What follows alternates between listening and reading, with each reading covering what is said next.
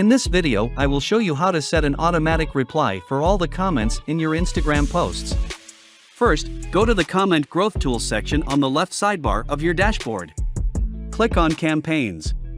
Indicate in the upper switch that you wish to set it on an Instagram account and select it.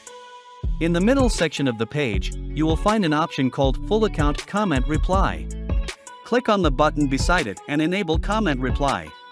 In the modal form that will open, indicate if there should be multiple answers for a single user, and if you wish to hide them after responding.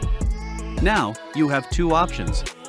Choose Generic Comment Reply for all to set an automatic answer for every comment independently of its content.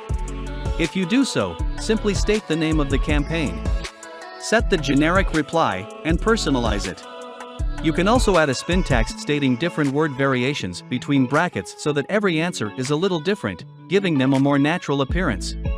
Select a message template to reply to the user who commented via DM and save. On the other hand, if you wish to create specific answers based on keywords, select Send Message by filtering word/sentence. The steps are pretty much the same. Type a name for the campaign, create the automatic answer, and select a private reply template, with the difference that you will also have to set some specific terms that will trigger the comment. Write them in the filter word field.